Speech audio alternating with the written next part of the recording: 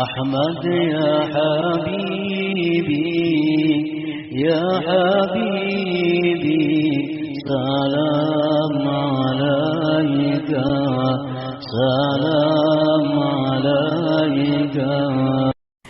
بسم الله الرحمن الرحيم.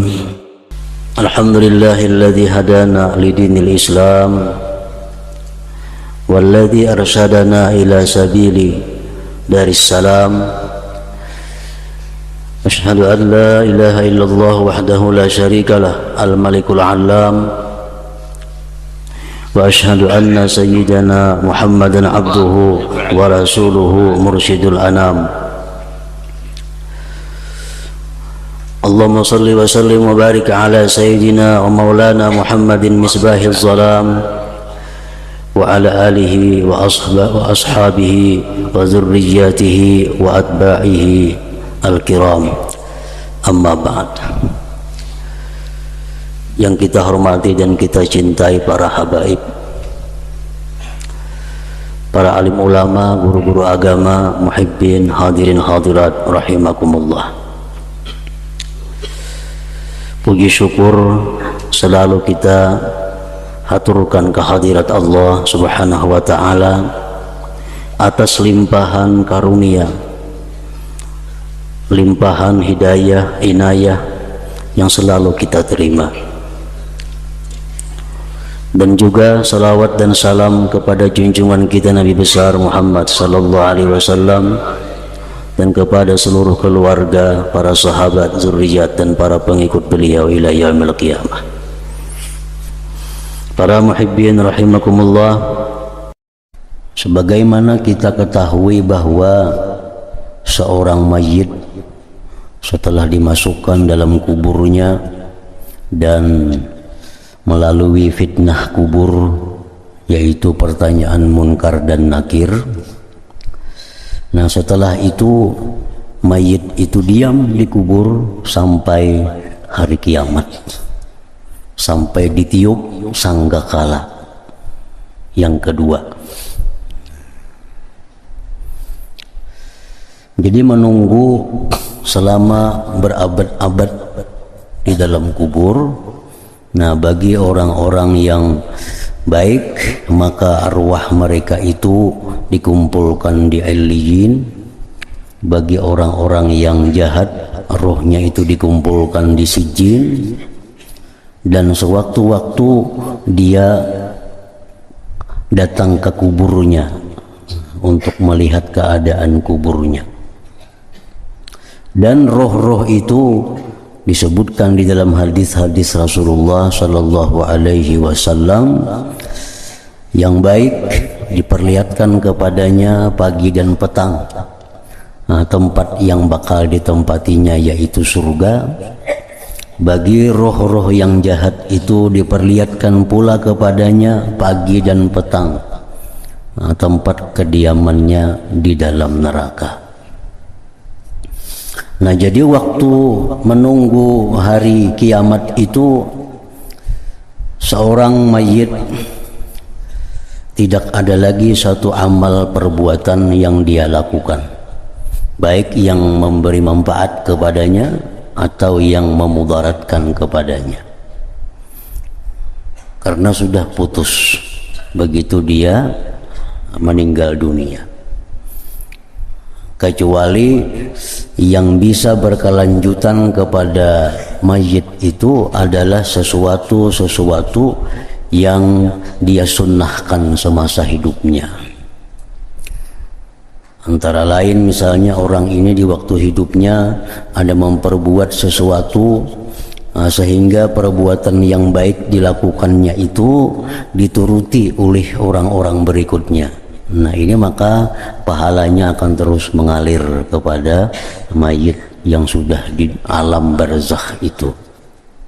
Atau orang-orang yang melakukan sunnah yang jahat, orang yang semasa hidupnya membuat sesuatu pekerjaan yang jahat, maka ditiru oleh orang-orang berikutnya, maka orang yang di alam barzakh itu akan selalu dapat kiriman siksa apabila dilakukan orang perbuatan jahat itu. Seperti contohnya pembunuhan. Nah, pembunuhan itu disunnahkan, diawalkan oleh anak Nabi Adam, Qabil. Sehingga setiap ada pembunuhan, maka siksa itu akan datang kepada Qabil. Karena Qabil awal-awal orang yang memulai pembunuhan itu. Demikian pula kebaikan. Kebaikan, setiap ada perbuatan baik, itu pasti akan sampai pahalanya kepada Rasulullah Sallallahu Alaihi Wasallam, karena beliau orang-orang pertama yang mensunnahkan kebaikan di dalam umat Islam ini, umat Nabi Muhammad ini. Nah, jadi orang-orang yang di alam barzakh itu, mereka di dalam hadis disebutkan, mal mayyitu fi qabrihi illa kal ghariqil mustaghis yantaziru da'watan talhaquh min abin aw ummin aw akhin aw sadiq fa idza lahikathu kanat ahabba ilaih minad dunya wa ma fiha ila akhiril hadis. Imam Ghazali dalam kitab Ihya ini memuat hadis yang menyatakan bahwa tidak ada seorang mayit di dalam kuburnya melainkan seperti orang yang tenggelam yang minta tolong. Karena kada bisa berbuat apa-apa lagi, sembahyang kada kawa lagi, artinya menambah kedekatannya lawan Allah tuh kada ada lagi. Hendak berzikir kada kawa lagi, bertobat kada kawa lagi, sudah di sana. Nah, lalu orang yang di alam barzakh itu seperti orang yang tenggelam yang minta pertolongan. Dia menunggu, menanti doa-doa yang datang kepadanya. Sangat menanti, menunggu doa-doa yang hidup ini. Min abin, dari abahnya, au ummin atau mamanya, au akhin atau saudaranya, au sadikin atau kawannya. Apabila doa-doa itu datang kepadanya, maka itu sangat disukainya daripada dunia dan isinya. Imam Sufyan mengatakan bahwa orang yang di alam barzakh itu perlu kepada doa yang masih hidup, lebih perlu daripada orang yang hidup, perlu kepada makanan.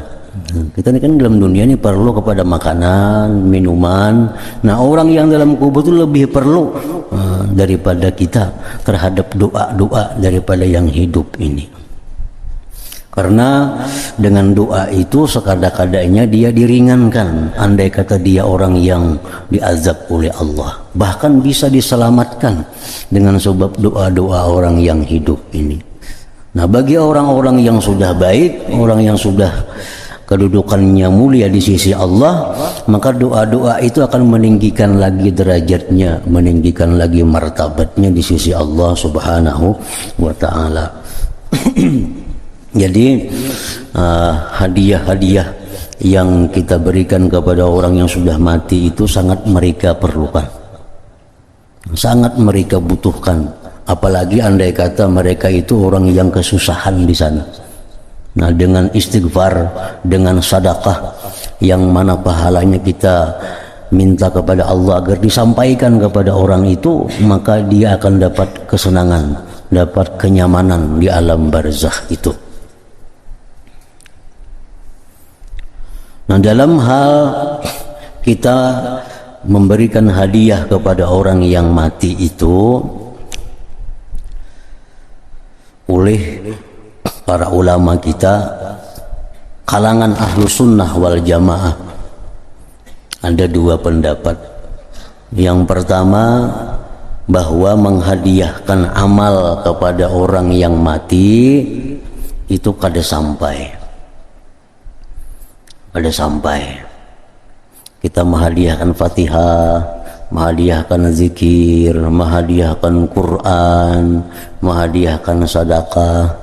Ujar sebagian ulama kita Ahlus Sunnah juga nih, itu kada sampai. Tapi kalau kita doa, nah doa sampai. Doa itu artinya seperti kita mendoakan, ya Allah ampuni abah ulun, ampuni mama ulun, beri rahmat mereka, jadikanlah kubur mereka taman dari taman surga. Nah itu sampai. Tapi kalau kita baca Fatihah, ya Allah sampaikan pahalanya kepada abah, mama, itu kada sampai. Ujar pendapat sebahagian ulama. Nah, ada pendapat lagi dari golongan Ahlus Sunnah wal Jamaah juga bahwa itu sampai. Apapun yang kita lakukan dari amal kebaikan dan kita hadiahkan pahalanya, minta disampaikan kepada arwah siapa yang kita kehendaki, itu disampaikan oleh Allah. Demikian pula halnya doa. Nah, kita baca Fatihah, tonton Fatihah, ya Allah sampaikan pahalanya kepada arwah fulan bin fulan, itu sampai. Dulu Imam Ahmad bin Hanbal radhiyallahu an, beliau menentang orang yang baca Quran di kubur. Imam Ahmad bin Hanbal, pimpinan mazhab Hambali, beliau menentang orang yang membaca Quran di kubur. Dikatakan sini itu bid'ah. Tapi setelah beliau diberitahu oleh orang bahwa itu ada dalilnya bahwa kita baca Quran di atas kubur itu memberikan manfaat kepada yang dalam kubur. Nah, setelah beliau mengetahui dalilnya, beliau cabut fatwa beliau. Bahkan sini memerintahkan kepada kaum muslimin untuk membaca membaca Quran di atas kubur itu. Di antara dalil yang jelas bahwa Nabi kita pernah meletakkan satu pelapah kurma yang dibelah dua di atas kubur yang sedang disiksa. Ngajar Nabi ini pelapah kurma meringankan azab yang dalam kubur ini, karena pelapah kurma yang basah itu bertasbih kepada Allah. Apalagi Quran dibacakan oleh manusia, nah itu lebih bermanfaat.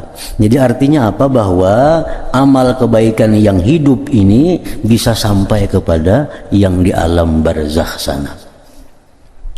Jadi kada jadi persoalan orang yang berpendapat bahwa menghadiahkan amal kada sampai, silahkan aja umpatin itu. Itu ada pendapatnya, ada ulama-ulamanya, dan ahlu sunnah juga.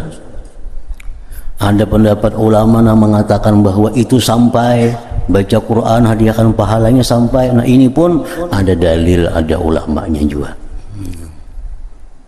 Cuma mudah-mudahan anak-anak kita umpat nang sampaian itu. Nah itu kita khawatir anak-anak kita umpat nang kada sampaian itu. Kayaknya batahlil kada mau, batalkin kada mau, mahaul kada mau, lainnya umpat nang kada sampai. Kuitan maka dalam kubur kayak apa kada tahunya. Nah, jadi kita khawatir kita anak-anak kita ini kena sekolah apa umpat mazhab nang itu. Men orang-orang yang sudah mulia ayo jauh umpatnya itu kada jadi masalah. Nang kelas-kelas kayak Imam Syafi'i, ayo beliau berpendapat bahwa kada sampai nang kubur. Orang yang sudah mulia, orang yang sudah terhormat, sudah punya amal ibadah yang luar biasa. Mungkin nang macam ini umpat nang kada sampai itu kata laluan bener. Dosa banyak, amal ibadah kada tentu diterima. Umpat mazhab nang kada sampai hadiah-hadiah orang hidup ini. Nah, lebih baik kita umpat nang sampai, itu artinya ada harapan dapat rahmat di dalam kubur, kiriman dari abah, mama, dan sanak, kawan, dan lain-lainnya tadi.